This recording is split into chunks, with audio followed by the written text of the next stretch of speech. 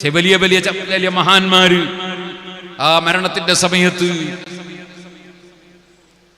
പല ആയത്തുകൾ ഓതിയവരുണ്ട്. അതുപോലെ ഇദന്നൽ ഖൽഹിബ മുഹമ്മദൻ വഹിസ്ബാ, മരിച്ച് ഞാനങ്ങ് ചെന്നാൽ എനിക്കിഷ്ടപ്പെട്ടവരെ കാണാമല്ലോ, എനിക്ക് മുഹമ്മദ് നബി സല്ലല്ലാഹു അലൈഹി വസല്ലം തങ്ങളെയും അവിടുത്തെ പാർട്ടിയെയും കാണാമല്ലോ എന്നൊക്കെ മരണസമയത്ത് ചൊല്ലി മരിച്ച സഹാബത്തുണ്ട്. അതുകൊണ്ട് ലാ ഇലാഹ ഇല്ലല്ലാഹ് അല്ലാത്ത ചൊല്ലുന്നത് നമ്മൾ കേൾക്കാത്തവരൊക്കെ മോശക്കാരാണെന്നൊന്നും വിധിക്കരുത് കേട്ടോ. അങ്ങനെ ചൊല്ലി മരിക്കൽ ഒരു ഭാഗ്യമാണ്, അതിന് വലിയ ഫലമുണ്ടെന്നാണ് നബി സല്ലല്ലാഹു അലൈഹി വസല്ലം തങ്ങൾ പറഞ്ഞത്. അതിന് റബ്ബ് നമുക്ക് ഭാഗ്യം നൽകട്ടെ.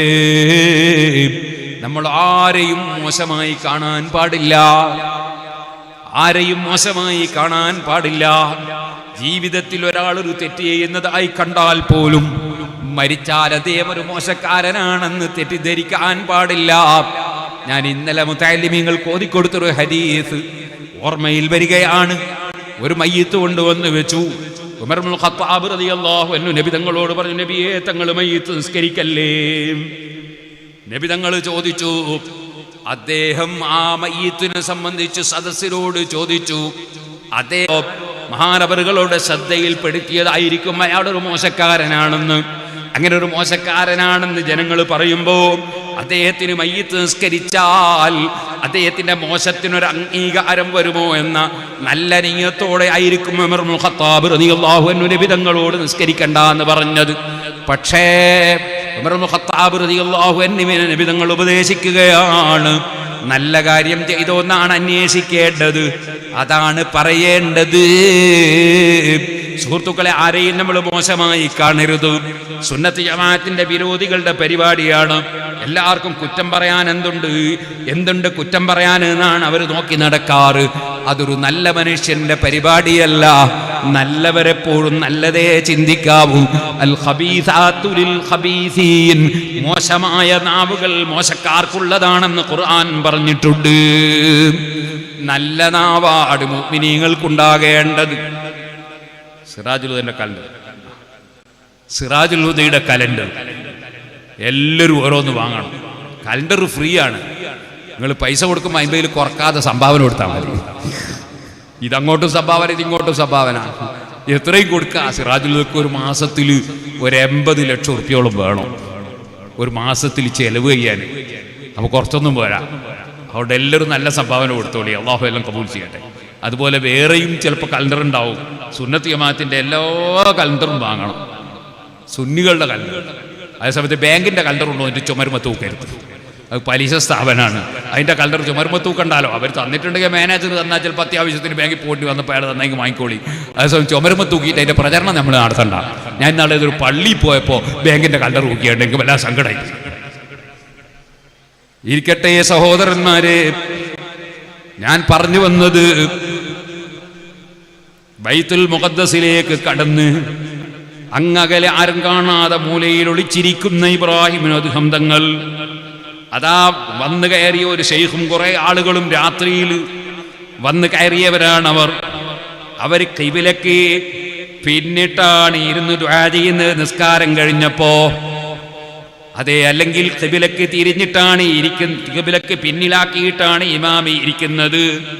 നമ്മളും അങ്ങനെ തന്നെയല്ലേ? നിസ്കാരം കഴിഞ്ഞാൽ ഇമാമ് അതേ വലത് ഭാഗം മൗമൂമിങ്ങളിലേക്കും ഇടതു ഭാഗം ഖിബിലയിലേക്കുമാക്കി തിരിഞ്ഞിരിക്കും.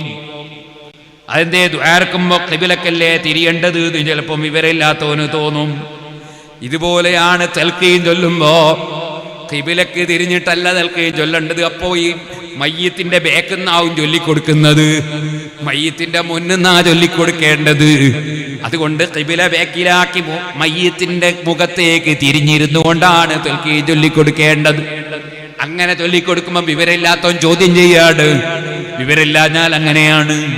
സുബ്ഹാനല്ലാഹ്, വിവരമില്ലാത്തവൻ വേണ്ടത് എന്താണ്? വിവരമുള്ളവൻ പറയുന്നതും ചെയ്യുന്നതും അംഗീകരിക്കുക, അതിനെ ചോദ്യം ചെയ്യാതിരിക്കുക. പള്ളിയിൽ വെള്ളിയാഴ്ച അതാ വരുന്നത് എപ്പോഴാ? ബാങ്കും കൊടുത്തു, മാസറ വിളിക്കാൻ നോക്കുമ്പോ കയറി വരുന്നുണ്ട്. അപ്പൊ ബേക്കുന്നൊരു ജാഹില് പറയാട്, ഇതെന്ത് മൊയ്ലിയാരാ, നമ്മളോടൊക്കെ രാവിലെ വരണോന്ന് കഴിഞ്ഞ വെള്ളിയാഴ്ച പറഞ്ഞതാ, ഇയാള് ലാസ്റ്റാ വരുന്നത്. ഖതീബ് വരേണ്ടത് അങ്ങനെയാണ്. ഖതീബ് നേരത്തെ വരാൻ പാടില്ല. അദ്ദേഹം വന്നാൽ തന്നെ അതേ പള്ളി കയറിയാൽ 2 റക്അത്ത് തഹയ്യത്ത് നിസ്കരിക്കണോന്നാണല്ലോ പൊതു നിയമം. ഖതീബിനത് ബാധകമല്ല. ഖതീബ് തഹയ്യത്ത് നിസ്കരിക്കൽ കറാഹത്താണ്. അയാൾ ഡയറക്റ്റ് മിമ്പറിലേക്ക് പോവാണ് വേണ്ടത്. അതിലിടയ്ക്ക് വേറെ ഒരു പരിപാടിയും അയാൾ ചെയ്യരുത്. അതിനെന്താ തെളിവ്? നബി റളിയല്ലാഹു അൻഹു സറഹുൽ മുഹദ്ദബിൽ പറയുന്നു, അതിന്റെ തെളിവ് നബി സല്ലല്ലാഹു അലൈഹി വസല്ലം നിങ്ങളും ഖുലഫാഉർ റാഷിദീങ്ങളും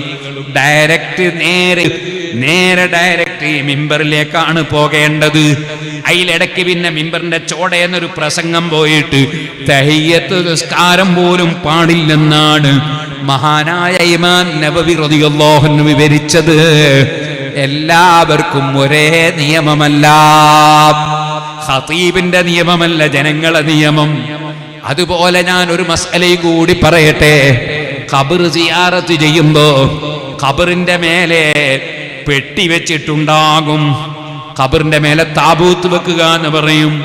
ഖബറിന്റെ മേലെ താബൂത്ത് വെക്കുക. പെരിങ്ങത്തൂർ മഖബറയിൽ പോയാൽ വലിയ ഉയരം കാണും ഖബറിന്. അത് ഖബറിന്റെ ഉയരമല്ല. പിന്നെയോ ഖബറിന്റെ മേലെ ഒരു പെട്ടി പോലെ കൂട്ടിയിട്ട് വെച്ചതാണ്. ആ പെട്ടി അതുപോലെ അമ്പിയാക്കൾ ഔലിയാക്കളെ മഖ്ബറകൾക്ക് അതേ വിദേശ രാജ്യങ്ങളിൽ പല സ്ഥലത്തും നമുക്കത് കാണാം. ഹബീബ് നബി തങ്ങളുടെ ഖബറിന് പോലും അതുണ്ടെന്നല്ലേ ഞാൻ മുമ്പ് അതാവൃത്തി വെച്ച് ഓർമ്മപ്പെടുത്തിയത്. ഇരിക്കട്ടെ സുഹൃത്തുക്കളെ, അങ്ങനെയുള്ള പെട്ടി വെച്ചാൽ നമ്മൾ പോയിട്ട് സിയാറത്ത് ചെയ്യുമ്പോ നമ്മുടെ കണ്ണെങ്ങോട്ടാണ് നീങ്ങേണ്ടത്? ആ പെട്ടി കൊള്ളയല്ല. പെട്ടിയുടെ ഉള്ളിലല്ലല്ലോ ഖബറിൽ കിടക്കുന്ന മഹാനുള്ളത്. ഖബറിൽ കിടക്കുന്ന മഹാനുള്ളത് വളരെ താഴെയാണ്. അതിൻ്റെയും താഴെ കുഴിച്ചിട്ടല്ലേ ഖബറിൽ മയ്യിത്ത് വെച്ചിട്ടുള്ളത്. അദ്ദേഹത്തിന്റെ മുഖത്തേക്ക് നമ്മുടെ മുഖം നീങ്ങുന്ന രൂപത്തിൽ, അതിന്റെ നേരെ വരുന്ന രൂപത്തിലാണ് ഖബറിന്റെ സമീപത്ത് പോയി സലാം പറയേണ്ടത്. പലരും ഈ മേലെ ഇങ്ങനെ കാണുന്ന ജാറത്തിന്റെ പെട്ടിയിലേക്ക് നോക്കി സലാം പറയാറുണ്ട്. അങ്ങനെയല്ല വേണ്ടത്. ഖബറിൽ കിടക്കുന്ന വ്യക്തിയിലേക്കാണ് മുഖം തിരിച്ച് സലാം പറയേണ്ടത്. അങ്ങനെ സലാം പറയുമ്പോ നമ്മൾ ഖിബിലക്ക് തിരിഞ്ഞിട്ട് ഇങ്ങോട്ട് തിരിഞ്ഞ് സലാം പറയേണ്ടി വരും. അപ്പോഴാണ് അതിന്റെ പൂർണ്ണരൂപം കിട്ടുന്നത്. ഇങ്ങനെ അങ്ങോട്ട് സലാം പറഞ്ഞാൽ തെറ്റാണെന്ന് ഞാൻ പറഞ്ഞതിന് അർത്ഥമില്ല. സൗകര്യമില്ലെങ്കിൽ പിന്നെ സൗകര്യം പോലെ മതി, അത് മറ്റൊന്നാണ്. സൗകര്യമുണ്ടെങ്കിലാണ് ഞാൻ ഈ പറഞ്ഞ രൂപം. ഇരിക്കട്ടെ, നമ്മൾ പെരിങ്ങത്തൂർ മഖബറയിൽ ചെന്നാൽ നമുക്ക് അതേ പള്ളിയിൽ നിന്ന് സലാം പറയാൻ കഴിഞ്ഞേക്കും. പക്ഷെ അതിനേക്കാൾ ഉത്തമം താഴെ ഇറങ്ങിയിട്ട് ഖബറിൽ കിടക്കുന്ന മഹാനായ അലിയുൽ കൂഫി തങ്ങളുടെ ആ മുഖത്തേക്ക് മുഖം കിട്ടുന്ന രൂപത്തിൽ സലാം പറയുന്നതാണ് ഏറ്റവും പുണ്യമുള്ളത്. അതുപോലെ നമ്മൾ ഖബറിന്റെ അടുക്കുന്ന ഖുർആൻ ഓതുമ്പോഴും അവരുടെ മുഖത്തേക്ക് മുഖം കിട്ടുന്ന നിലക്ക് ഖുർആൻ ഓതലാണ് കൂടുതൽ പുണ്യം. എന്നാൽ ദുആ ചെയ്യുന്ന സമയത്ത് നമ്മൾ അവരുടെ തലയുടെ ഭാഗത്തേക്ക് ഇങ്ങോട്ട് മാറിയിട്ട് അവിടുന്ന് ഖിബിലയിലേക്ക് തിരിഞ്ഞ് ദുആ ചെയ്താൽ കൂടുതൽ പുണ്യമാണ്. അവിടെ വെച്ച് തന്നെ നമ്മൾ ഖിബിലയിലേക്ക് തിരിയുമ്പോ ആ മഹാൻ നമ്മുടെ ബേക്കിലായി പോകും. അതുകൊണ്ടാണ് തലയുടെ ഭാഗത്തേക്ക് മാറിയിട്ട് അവിടുന്ന് അങ്ങോട്ട് തിരിഞ്ഞ് ദുആ ചെയ്യുന്നതാണ് നല്ലതെന്ന് ഞാൻ പറഞ്ഞത്. ഇത് ഞാൻ എൻ്റെ വകയിൽ പറഞ്ഞതല്ല, ഇമാമീങ്ങളെ കിതാബുകളിൽ വിവരിച്ച മസലയാണ്. അത് പണ്ഡിതന്മാരല്ലേ സാധാരണക്കാർക്ക് പറഞ്ഞു കൊടുക്കേണ്ടത്, ഓർമ്മിപ്പിക്കേണ്ടത് പണ്ഡിതന്മാരല്ലേ.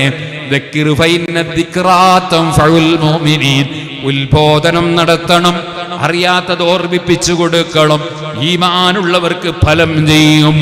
ഇതുപോലെ ഖബറിൽ കിടത്തിയിട്ടുള്ള മയ്യത്ത്, ആ മയ്യത്തിന് ഇതാ നിന്റെ റബ്ബ് അള്ളയാണെന്ന് പറയണം, നിന്റെ ഇമാമ് ഖുർആനാണെന്ന് പറയണം, അതുപോലെ നിന്റെ ഖിബില കഅബയാണെന്ന് പറയണം, നിന്റെ റസൂൽ മുഹമ്മദ് നബി സല്ലല്ലാഹു അലൈഹി വസല്ലമയാണ് എന്റെ നബി എന്ന് പറയണം എന്നിങ്ങനെ അർത്ഥം വരുന്ന തൽഖീനുണ്ടല്ലോ. ആ തൽഖീനിനെ ഒരു പുത്തൻവാദിയും ചോദ്യം ചെയ്യണ്ട. എല്ലാ പുത്തൻവാദികളെയും നേതാവായ ഇബ്നു അബ്ദുൽ വഹാബ് പോലും അതിൽ കൊടുക്കുന്ന ആൾ ആരായാലും ശരി, മയ്യത്തിന്റെ മുഖത്തേക്ക് തിരിഞ്ഞിരുന്നു കൊണ്ട് ഖിബില ബേക്കിലാക്കിയിട്ടിരുന്നിട്ടാണ് തെൽക്കീൻ ചൊല്ലിക്കൊടുക്കേണ്ടത്. അങ്ങനെ ചൊല്ലിക്കൊടുക്കുമ്പോ വിവരമില്ലാത്ത പുത്തൻവാദി സംശയം ചോദിക്കുകയാണ്, നല്ലൊരു കാര്യം ചെയ്യുമ്പോൾ ഖിബിലക്ക് തിരിഞ്ഞല്ലേ ചെയ്യേണ്ടത്? നല്ലൊരു കാര്യമൊന്നും നമ്മളെ സോപ്പിടാൻ വേണ്ടി പറഞ്ഞതാണ്.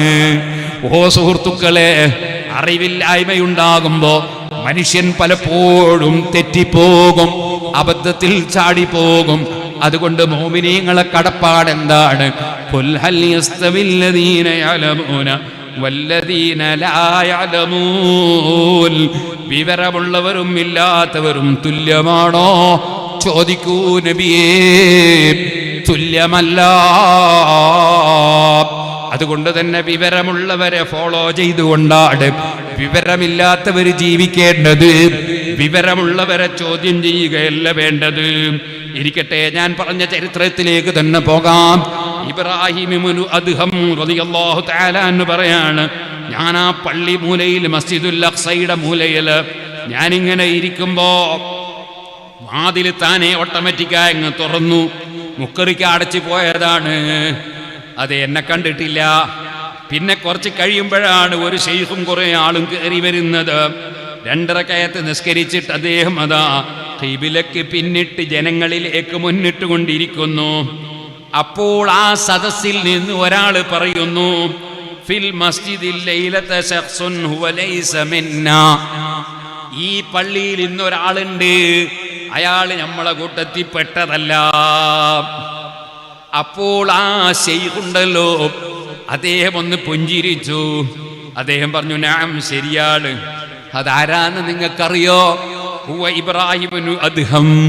അത് ഇബ്രാഹിമുനു അദ്ഹമാണ്. നീ ശൈഖ് പറയാണ്, വമാ വജദ ഹലാവത്തൽ ഇബാദത്തി ഇൻദ മുൻദു 40 യൗമാ.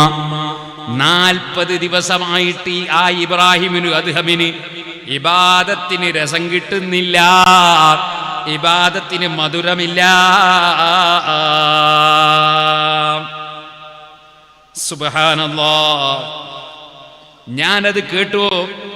ഞാൻ പിറ്റേന്ന് നേരം വെളുത്ത് ഞാനതാ അദ്ദേഹത്തെ ഒന്ന് നല്ലോണം നോക്കി വെച്ചിട്ടുണ്ടായിരുന്നു. ഞാൻ പിറ്റേന്ന് ചെന്നു, അദ്ദേഹത്തിന് സലാം പറഞ്ഞു. അതേ, ഞാൻ പറഞ്ഞു, നല്ല അടയാളമാണ്, നല്ല അടയാളം പറച്ചിലാണ്. നിങ്ങൾ പറഞ്ഞത് വളരെ ശരിയാണ്. എനിക്ക് 40 ദിവസമായി ഇബാദത്തിന് മധുരം കിട്ടുന്നില്ല.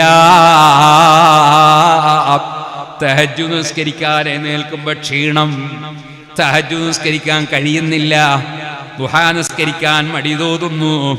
നമ്മക്കൊക്കെ അങ്ങനെയല്ലേ? തഹജ്ജുദ് നിസ്കരിക്കണോന്ന് നമ്മളെ കൽബിലുണ്ട്, പക്ഷേ പലപ്പോഴും ഉറങ്ങിപ്പോകുന്നു. ജമാഅത്തിന് പള്ളിയിൽ പോകണമെന്ന് കൽബിലുണ്ട്, പോകാനിങ്ങ് കഴിയുന്നില്ല. ദുഹാ നിസ്കരിക്കണമെന്ന് മനസ്സിലുണ്ട്, പലപ്പോഴും സാധിക്കുന്നില്ല. ഖുർആൻ ഓതണമെന്ന് കൽബിലുണ്ട്, എടുത്തു വെക്കുമ്പോൾ തന്നെ ഉറക്കുകയാണ്. സലാത്ത് ധാരാളം ചൊല്ലണം, ഒരു ദിവസം 100 എണ്ണമെങ്കിലും ചൊല്ലണം. മനസ്സിലങ്ങനൊക്കെ നീയത്തുണ്ട്, കഴിയുന്നില്ല. നമുക്ക് പലർക്കും ഉണ്ടാകുന്ന സംഗതിയല്ലേ മുഅ്മിനീങ്ങളെ. മഹാനായ ഇബ്രാഹിം അതും പറയാണ്, പറഞ്ഞത് വളരെ ശരിയാണ്. എന്തേ കാരണം ശൈഖേ? അപ്പൊ പറഞ്ഞു, നിങ്ങൾ മുമ്പൊരു ദിവസം ബസറയിൽ നിന്നൊരു കാരക്ക വാങ്ങിയില്ലേ? വജത്ത തമ്രത്തം ബൈന തമ്രിക്കൽ തമ്രത്തി തമ്രിക്കൽ നിസ്തറൈത മിൻ തമ്രിൽ ബൈ. അതേ, അപ്പോൾ ഒരു കാരക്ക നിലത്ത് വീണു, അല്ലെങ്കിൽ ഒരു കാരക്ക വേറെ തന്നെ വേർപെട്ടു. നിങ്ങൾക്ക് വിറ്റ കാരക്കയിൽ പെട്ടതാണെന്ന് വിചാരിച്ചിട്ട് നിങ്ങൾ ആ കാരക്ക എടുത്ത് നിങ്ങളെ സഞ്ചിയിലിട്ട് കൊണ്ടുപോയി. അത് നിങ്ങളതല്ല. ആ ഒരു കാരക്ക മറ്റൊരാളുടേത് കുടുങ്ങിയതിനാൽ മനഃപൂർവ്വം കുടുങ്ങിയതല്ല, തിരിയാതെ പെട്ടതാണ്. പക്ഷെ അക്കാരണത്താൽ നിങ്ങളെ ഇബാദത്തിന്റെ മധുരം പോയി. ഇബ്രാഹിം തങ്ങൾ പറഞ്ഞു, ഫദഹബ്തു ഇലൽ ബസറ, ബൈത്തുൽ മുഖദ്ദസിൽ നിന്ന് ഞാനതാ ബസറയിലേക്ക് പോയി. ആ കച്ചവടക്കാരനെ കണ്ടുപിടിച്ചു, അതേ കൊണ്ടത് പൊരുത്തപ്പെടിച്ചു. സുബ്ഹാനല്ലാഹ്. ഞാനങ്ങനെ ചെന്ന് കാര്യം പറഞ്ഞ് പൊരുത്തപ്പെടിച്ചപ്പോ ആ കച്ചവടം ചെയ്യുന്ന വ്യക്തിയുണ്ടല്ലോ, അദ്ദേഹം പറഞ്ഞു, ഇങ്ങനെയാണ് കച്ചവടത്തിൻ്റെ കാര്യം, സമ്പത്തിൻ്റെ കാര്യം, സമ്പത്തിൻ്റെ വിഷയം ഇങ്ങനെയാണെങ്കിൽ ഞാൻ ഈ സമ്പത്തിൻ്റെ കച്ചവടം തന്നെ വേണ്ടെന്ന് വെക്കുകയാണ്. മഹാനവർ അദ്ദേഹം കച്ചവടം നിർത്തി. വസ്തഖല ബിഇബാദത്തില്ലാഹ്, അല്ലാഹുവിൻ്റെ ഇബാദത്തുമായി അദ്ദേഹം ഇറങ്ങിപ്പുറപ്പെട്ടു. വസാറ മിനൽ അബ്ദാൻ, ഔലിയാക്കളിൽ വലിയ പ്രമുഖന്മാരായ ഒരു വിഭാഗമുണ്ട്, അവരാണ് അബ്ദാലുകൾ എന്ന് പറയുന്നത്. അത്തരത്തിലുള്ള അബ്ദാലുകളെ കൂട്ടത്തിൽ അദ്ദേഹം ആയി തീർന്നു. സുഹൃത്തുക്കളെ, സാമ്പത്തിക രംഗം വളരെ ശ്രദ്ധിക്കണം. എന്നാലേ ഇബാദത്തിന് ലദ്ദത്ത് കിട്ടൂ, എന്നാലേ നമുക്ക് തഖ്വ കിട്ടൂ, എന്നാലേ നമുക്ക് റബ്ബുമായി അടുക്കാൻ കഴിയൂ. നല്ല ബോധം വേണം. അതുകൊണ്ടല്ലേ അതാ ഉലിയാക്കളിൽ പ്രമുഖനായ അതേ ബഹുമാനപ്പെട്ട CM വലിയുല്ലാഹി ഖദ്ദസല്ലാഹു സിർറുൽ അസീസ് എല്ലാം കൈയൊഴിച്ചു, എല്ലാം വലിച്ചെറിഞ്ഞു, ഒന്നും വേണ്ടെന്ന് വെച്ചു. അങ്ങനെ അങ്ങ് പുറപ്പെട്ടു. ഇബാദത്തിലായി, റിയാളയിലായി. ശൈഖ് അതേ, നിങ്ങൾക്ക് മംഗലാപുരം ചെന്നാൽ സിയാറത്ത് ചെയ്യാൻ ഉള്ളാളത്ത് മഖ്ബറയുടെ അപ്പുറത്ത്, സ്റ്റേജിന്റെ അപ്പുറത്ത് നിങ്ങൾക്ക് കാണാം CM വലിയുല്ലാഹിയുടെ ശൈഖിനെ കാണാം. ആ മുഹിദ്ദീൻ എന്ന് പറയുന്ന ശൈഖുമായി ബന്ധപ്പെട്ട് ആ സമയത്ത് CM വലിയുല്ലാഹിയെ കണ്ട പലരെയും ഞാൻ കണ്ടിട്ടുണ്ട്. മഹാനവറുകൾ മെലിഞ്ഞൊട്ടി, ശരീരമൊക്കെ വളരെ മെലിഞ്ഞൊട്ടി, ഭക്ഷണമൊന്നും കിട്ടുന്നില്ല, കൊടുക്കുന്നില്ല. എന്തെല്ലാമോ ഉണക്കുമിയുടെ പത്തിരിയും അതുപോലുള്ള വസ്തുക്കളൊക്കെ കഴിച്ച് ശൈഖിന്റെ നിർദ്ദേശപ്രകാരം ജീവിതം നയിച്ചു. പണമെവിടെ, സ്വത്തെവിടെ, കുടുംബമെവിടെ? അതേ അല്ലാഹുവിലേക്ക് അതാ മനസ്സിലേക്കാൻ ഇറങ്ങിപ്പുറപ്പെട്ട് പൂർണ്ണ സാഹിദായി ഇറങ്ങി എല്ലാം കൈയൊഴിച്ചുകൊണ്ട് ശൈഖിന്റെ നിർദ്ദേശപ്രകാരം നീണ്ട കാലം ജീവിച്ചു. പല ഘട്ടങ്ങളും കഴിഞ്ഞു. പിൽക്കാലത്ത് മഹാനവറുകൾ അതാ ജനങ്ങളിൽ പലരുടെയും പ്രശ്നങ്ങളുടെ പരിഹാരത്തിന് നിമിത്തമാകുന്ന വിധം റബ്ബ് സുബ്ഹാനഹു വ തആല നിശ്ചയിച്ചപ്പോൾ നേരം വെളുത്താൽ എത്രയോ ജനങ്ങൾ സ്നേഹിച്ചു കൊണ്ടുവരുന്നു, അവരെ പ്രശ്നങ്ങൾ അവതരിപ്പിക്കുന്നു, പ്രശ്നങ്ങൾക്ക് പരിഹാരം നിർദ്ദേശിക്കുന്നു. ഞാൻ ചെറിയ മുതഅല്ലിമായിരുന്ന കാലത്ത് ഞാൻ കാണാൻ പോയി. അന്ന് നാദാപുരത്തൊരു വീട്ടിലായിരുന്നു. ഞാൻ കാണാൻ പോയി. എനിക്കൊരസുഖമുണ്ടായിരുന്നു. ആ അസുഖത്തെക്കുറിച്ച് പറഞ്ഞു. അതെനിക്ക് വലിയ വിഷമമുണ്ടാക്കുന്ന ഒരസുഖമായിരുന്നു. പറഞ്ഞപ്പോൾ അത് വേണ്ടെന്ന് പറഞ്ഞു. അത് വേണ്ട, ഔലിയാക്കൾക്ക് ചിലപ്പോൾ അങ്ങനെയൊക്കെ പറയാൻ അധികാരമുണ്ട്. അത് വേണ്ട എന്ന് പറഞ്ഞ് എനിക്ക് ചിലതൊക്കെ ഓതാൻ പറഞ്ഞു തന്നു. അൽഹംദുലില്ലാ, ഞാനത് ഓതി. പിന്നെ എനിക്ക് ആ രോഗമുണ്ടായിട്ടില്ല. അങ്ങനെ എത്ര അനുഭവങ്ങൾ മഹാനായ CM വലിയുല്ലാഹിയെ സംബന്ധിച്ച് വളരെ കൃത്യമായും സ്പഷ്ടമായും സത്യമായും പറയാൻ കഴിയുന്ന എത്ര ആളുകളുണ്ട്. ആ മഹാനായ CM വലിയുല്ലാഹി ഖദ്ദസല്ലാഹു സിർറുൽ അസീസ് മഹാനവറുകളെ ജനങ്ങൾ സ്നേഹിച്ചു, ആദരിച്ചു. ആ സ്നേഹിച്ച കൂട്ടത്തിൽ വല്ലാതെ സ്നേഹിച്ച ചിലരുണ്ട്. ഇങ്ങനെ വല്ലാതെ സ്നേഹിച്ച് കൂടെ കൂടിയ ഒരാളാണ് നമ്മുടെ ഇവിടെ മറവ് ചെയ്യപ്പെട്ട് കിടക്കുന്ന മൂസ മുസ്ലിയാർ. അല്ലാഹു അദ്ദേഹത്തിന്റെ ഖബറിൽ സന്തോഷം വർദ്ധിപ്പിക്കട്ടെ, ഖബറിൽ അല്ലാഹു റാഹത്ത് നൽകട്ടെ, ഖബർ അല്ലാഹു സ്വർഗ്ഗത്തോപ്പാക്കട്ടെ, ദറജ വർദ്ധിപ്പിച്ചു കൊടുക്കട്ടെ. അദ്ദേഹത്തെ സ്നേഹിച്ചുകൊണ്ട് സിയാറത്തിന് വന്നവർ, അദ്ദേഹത്തെ സ്നേഹിച്ചുകൊണ്ട് വഅദ് കേൾക്കാൻ വന്നവർ, സഹീഹുൽ ബുഖാരിയിൽ ഒരു അധ്യായമുണ്ടല്ലോ, ബാബു മൗഇദത്തിൽ മുഹദ്ദിസി ഇൻദൽ ഖബ്രി വഖുഊദി അസ്ഹാബിഹി ഹൗലഹു. ഖബറിന്റെ സമീപത്ത് ഹദീസ് പറയുന്ന പണ്ഡിതൻ അതാ വഅദ് പറയുന്നതിൽ പറയുന്ന അധ്യായം, അനുയായികൾ ചുറ്റുമിരുന്ന് വഅദ് കേൾക്കുന്നതിൽ പറയുന്ന അധ്യായം, അങ്ങനെ ഒരു അധ്യായം തന്നെ സഹീഹുൽ ബുഖാരിയിലുണ്ടല്ലോ. ബുഖാരി മുസ്ലിം എന്നൊക്കെ പുത്തൻവാദികൾ പറയും, പക്ഷെ അവർക്കത് അറിഞ്ഞുകൂടാ. അവർ വായിച്ചിട്ടുമില്ല, നോക്കിയിട്ടുമില്ല, മനസ്സിലാകുകയില്ല. അല്ലാഹു തആല ആലിമീങ്ങളെ പിന്തുടരാൻ എല്ലാ പുത്തൻവാദികൾക്കും തൗഫീഖ് നൽകുമാറാകട്ടെ. ഓ സഹോദരന്മാരെ, ആ മഹാന്മാരുടെ വഴി പിന്തുടർന്നുകൊണ്ട് അല്ലാഹുവിനെ സ്നേഹിച്ച് ജീവിക്കണം. നമ്മളെ ദുആക്ക് പലതിനും ഉത്തരം കിട്ടുന്നില്ല. സുബ്ഹാനല്ലാഹ്, എന്തേ ദുആക്ക് ഉത്തരം കിട്ടാതിരിക്കുന്നത്? അതിനെല്ലാം കാരണങ്ങളുണ്ട്. മഹാനായ ഇബ്രാഹിം അദ്ഹം റളിയല്ലാഹു അൻഹുവിന്റെ സമീപത്ത് ഒരാൾ വന്നിട്ട് പറയാണ്, എനിക്ക് ദുആ ചെയ്തിട്ട് ഉത്തരം കിട്ടുന്നില്ലല്ലോ, ഞങ്ങളെ ദുആക്ക് ഉത്തരം കിട്ടുന്നില്ലല്ലോ, കാരണം എന്താണ്? ബഹുമാനപ്പെട്ടവർ അതിന് ചില കാരണങ്ങൾ പറഞ്ഞു കൊടുത്തു. അത് ഞാനും നിങ്ങളും ആലോചിക്കുക. അത് നമ്മളെ മനസ്സിലുണ്ടോ, നമ്മിലുണ്ടോ, വർജിക്കുക. അതിന് റബ്ബ് നമുക്ക് തൗഫീഖ് നൽകട്ടെ. എന്തേ കാരണം പറഞ്ഞത്? ഇന്നക്കും തഅരിഫൂനഹു, നിങ്ങൾ അല്ലാഹുവിനെ അറിയുന്നവരാണ്. വലാ തുതീഊനഹു, നിങ്ങൾ അല്ലാഹുവിനെ അനുസരിക്കുന്നില്ല. അല്ലാഹുണ്ട് എന്ന് നിങ്ങൾക്ക് അറിഞ്ഞൂടെ? അല്ലാഹുവാണ് മുഴുവനും കൊടുക്കുന്നതും തടയുന്നതും എന്ന് നിങ്ങൾക്കറിയില്ലേ? അല്ലാഹുവിനെ അനുസരിക്കണമെന്നറിയില്ലേ? അല്ലാഹ് ഉണ്ട് എന്ന് നിങ്ങൾക്കറിയാം, പക്ഷേ നിങ്ങൾ അല്ലാഹുവിനെ അനുസരിക്കുന്നില്ല. നിങ്ങളും ഞാനും നമ്മുടെ മനസ്സാക്ഷിയോട് ചോദിക്കുക, ഞാൻ അല്ലാഹുവിനെ അനുസരിച്ചു കൊണ്ടാണോ ജീവിക്കുന്നത്?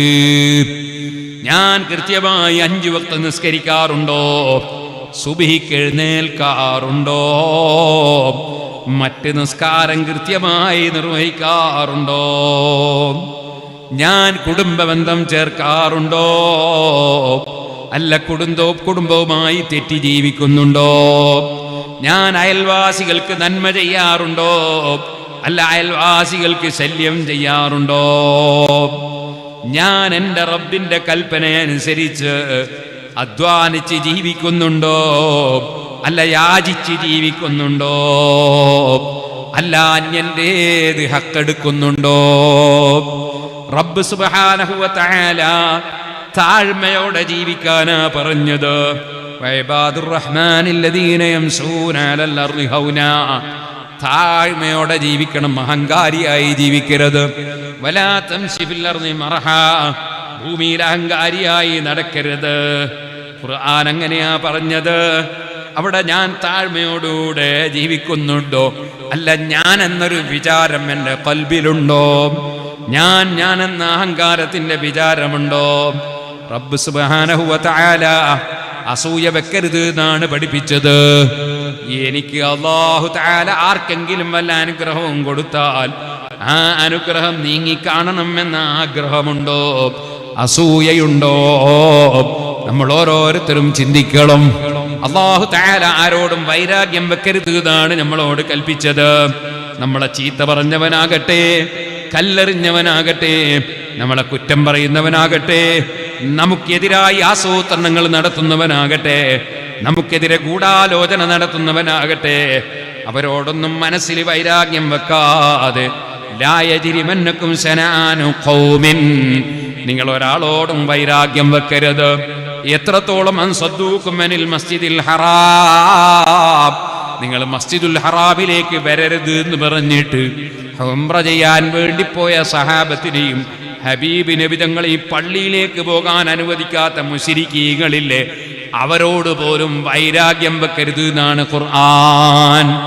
അപ്പോൾ നിങ്ങളെ കുറ്റം പറയുന്നുണ്ട് ഒരാൾ എന്ന് നമ്മളോട് ഒരാൾ വന്ന് പറഞ്ഞാൽ, അല്ലെങ്കിൽ നിങ്ങൾക്കെതിരെ ഗൂഢാലോചന നടത്തുന്നുണ്ട് എന്നൊരാൾ വന്ന് പറഞ്ഞാൽ, അല്ലെങ്കിൽ നിങ്ങൾക്കെതിരെ ഭീഷണി നടത്തുന്നുണ്ട് എന്നൊരാൾ വന്ന് പറഞ്ഞാൽ, പറഞ്ഞതിൻ്റെ പേരിൽ നമ്മൾ ആ പറയപ്പെട്ടവരോട് വിദ്വേഷം വെക്കരുത്. അവരും നന്നാകണം, അവരും രക്ഷപ്പെടണം. അവരറിവുകേടാണത്, ചിന്തക്കുറവാണത്. ഒരു പക്ഷേ അത് എന്നെ തെറ്റിദ്ധരിച്ചതിൻ്റെ പേരിലാകും. ഞാൻ അള്ളാഹുവിൻ്റെ ദീന് തുറന്ന് പറയുമ്പോ അതിൽ തെറ്റിദ്ധാരണ വന്നതായിരിക്കും, അറിവില്ലാത്തത് കൊണ്ടായിരിക്കും എന്ന് മനസ്സിലാക്കി അത്തരത്തിലുള്ള ആളുകൾക്കും കൂടി ഹിദായത്തിന് പ്രാർത്ഥിക്കുകയാണ് വേണ്ടത്. ഒരാളോടും വൈരാഗ്യം വെക്കരുത് എന്ന് ഖുർആൻ നമ്മളെ പഠിപ്പിച്ചതാണ്. ആരോടും വൈരാഗ്യം വെക്കരുത്. നമ്മളെ മനസ്സങ്ങനെയാണോ? സ്വത്ത് ഭാഗിക്കുന്ന സമയത്ത് പെങ്ങളങ്ങാനും അതേ ആ മുന്നിലെ സ്ഥലം എനിക്ക് തരണോന്ന് പറഞ്ഞാൽ മരിക്കുന്നത് വരെ പെങ്ങളോട് മിണ്ടാത്ത ആങ്ങളമാരില്ലേ? ആങ്ങളമാരോട് മിണ്ടാത്ത പെങ്ങന്മാരില്ലേ? കുടുംബ ബന്ധം മുറിക്കുന്നവരില്ലേ? അയൽവാസികൾ തമ്മിൽ പിണങ്ങി ജീവിക്കുന്നവരില്ലേ?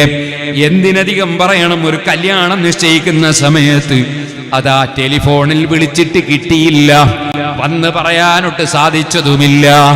സുബ്ഹാനല്ലാഹ്, നമ്മൾ വിളിച്ചിട്ട് അതേ മിസ് കോൾ കണ്ടിട്ട് തിരിച്ച് വിളിച്ചതുമില്ല. അദ്ദേഹത്തെ കൂട്ടാതെ ഒരു കല്യാണം നിശ്ചയിച്ചാൽ ആ കല്യാണം പൊട്ടിക്കണമെന്ന് ചിന്തിക്കുന്നവരില്ലേ? സുബ്ഹാനല്ലാഹ്, പുതിയ ആപ്പിളിനോടും ഭാര്യ വീട്ടുകാരോടും ഫിത്ന പറയുന്ന ഫസാദുകാരില്ലേ? ഓ സഹോദരാ, നിന്റെ രഹസ്യവും പരസ്യവും അല്ലാഹ് അറിയുന്നില്ലേ? നീ അല്ലാഹുവിനെ അനുസരിക്കുന്നുണ്ടോ? ഇല്ലേ? അല്ല, നിന്റെ ഭൂമിയിലുള്ള കാര്യലാഭവും നിന്റെ ഭൂമിയിലുള്ള വെറുപ്പ് തീർക്കലുമായി ജീവിക്കുകയാണോ? അതാണ് മഹാനവറുകളുടെ ചോദ്യം. നിങ്ങളെ ദുആക്ക് ഉത്തരം കിട്ടാൻ നിങ്ങൾക്ക് അല്ലാഹനെ അറിയാം, പക്ഷേ വലാ തുതീഉനഹു, നിങ്ങൾ അല്ലാഹനെ അനുസരിക്കുന്നില്ല. രഹസ്യവും പരസ്യവും അറിയുന്ന അല്ലാഹന്റെ കൽപ്പന അനുസരിച്ച് ജീവിക്കണം. അവൻ വിരോധിച്ചത് കൈയൊഴിക്കണം. ഓ യുവാക്കളെ, നിങ്ങൾ മൂസ മുസ്ലിയാരെ സ്നേഹിച്ചു വന്നവരല്ലേ? അള്ളാഹു മൂസ മുസ്ലിയാരെയും നമ്മയും സിയം വലിയുള്ളാനെയും സർവമഹാന്മാരെയും ഈ മാസത്തിൽ സ്മരിക്കപ്പെടുന്ന മുഹീദ്ദീൻ അബ്ദുൽ ഖാദിറുൽ ജീലാനി ഖദ്ദസല്ലാഹു സിർറഹുൽ അസീസ് തങ്ങളടക്കം, താജുൽ ഉലമയടക്കം, നൂറുൽ ഉലമയടക്കം, അതേ നെല്ലിക്കുത്ത് ഉസ്താദ് അടക്കം, അതേ ബൈലത്തൂർ തങ്ങളടക്കം, കണ്ണിയത്ത് ഉസ്താദ് അടക്കം, ഈ കെ ഉസ്താദ് അടക്കം, ഈ മാസത്തിൽ നമ്മൾ അനുസ്മരിക്കുന്ന ആലിമീങ്ങളില്ലേ, സാദാത്തുക്കളില്ലേ, സാലിഹീങ്ങളില്ലേ, അള്ളാഹു അവരോടുകൂടെ നമ്മയും സ്വർഗത്തിൽ ഒരുമിച്ച് കൂട്ടട്ടെ. അവരുടെ ദറജകൾ അള്ളാഹു ഏറ്റിക്കൊടുക്കട്ടെ.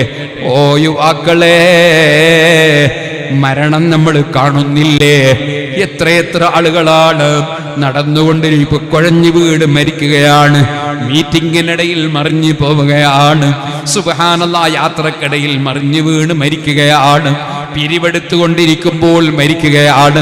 അങ്ങനെ ഈ അടുത്ത കാലത്ത് മരിച്ച മരണവാർത്തകൾ ഒന്നും രണ്ടുമല്ല, നമുക്ക് ഓർമ്മയില്ലേ? പാനൂര് പരിസരങ്ങളിൽ തന്നെ ധാരാളം പറയാനില്ലേ? ചോദിക്കട്ടെ, ഈ പ്രസംഗിക്കുന്ന ഞാൻ എന്റെ പ്രസംഗം തീരുന്നത് വരെ ഗ്യാരണ്ടി ഉണ്ടോ? നിങ്ങൾക്ക് ഈ പ്രസംഗം തീരുന്നത് വരെ ഗ്യാരണ്ടി ഉണ്ടോ?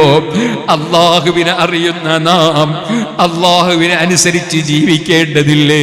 കഴിഞ്ഞ കാലങ്ങളിൽ അപാകതകൾ വന്നിരിക്കാം, തെറ്റുകൾ സംഭവിച്ചിരിക്കാം. റബ്ബ് മാപ്പ് തരുന്ന രാജാവല്ലേ? അവനോട് മാപ്പ് പറഞ്ഞ് കഴിഞ്ഞ കാലങ്ങളിലെ തെറ്റുകൾ തിരുത്തണം. എന്നിട്ട് റബ്ബിലേക്ക് ഖൽബ് തിരിച്ച് നമ്മെ ഒന്ന് ഖബൂൽ ചെയ്യാൻ വേണ്ടി പ്രാർത്ഥിക്കണം. റബ്ബിലേക്ക് മനസ്സ് തിരിയണം. റബ്ബിന് എന്റെ ആവശ്യമില്ല, നിങ്ങളുടെ ആവശ്യമില്ല, എന്റെ പ്രസംഗം ആവശ്യമില്ല, എന്റെ പ്രവർത്തനം ആവശ്യമില്ല. വലിയുന്നനിൽ ആലമീൻ, ഒരാൾ ആവശ്യവും അല്ലാഹുവിനില്ല. പക്ഷേ എനിക്കെന്റെ റബ്ബിന്റെ കാരുണ്യം ആവശ്യമുണ്ട്, എനിക്കെന്റെ റബ്ബിന്റെ പൊരുത്തം ആവശ്യമുണ്ട്, എനിക്കെന്റെ റബ്ബിന്റെ പൊറുക്കൽ ആവശ്യമുണ്ട്. ആ റബ്ബിനെ ഭയപ്പെട്ട് ജീവിക്കണം ഞാൻ, ആ റബ്ബിന് വേണ്ടി പ്രവർത്തിക്കണം ഞാൻ, ആ റബ്ബിന് വേണ്ടി സംസാരിക്കണം ഞാൻ. ഞാൻ പൊങ്ങച്ചത്തിന് വേണ്ടിയല്ല സംസാരിക്കേണ്ടത്, ഞാൻ മറ്റുള്ളവരെ അംഗീകാരത്തിനല്ല ജീവിക്കേണ്ടത്. റബ്ബിനെയാണ് അംഗീകരിക്കേണ്ടത്. ആ റബ്ബിലേക്ക് ഖൽബ് തിരിച്ച് ജീവിക്കാനില്ലേ റബ്ബ് സുബ്ഹാനഹു വ തആല ദുആക്ക് ഉത്തരം തരൂല കേട്ടോ.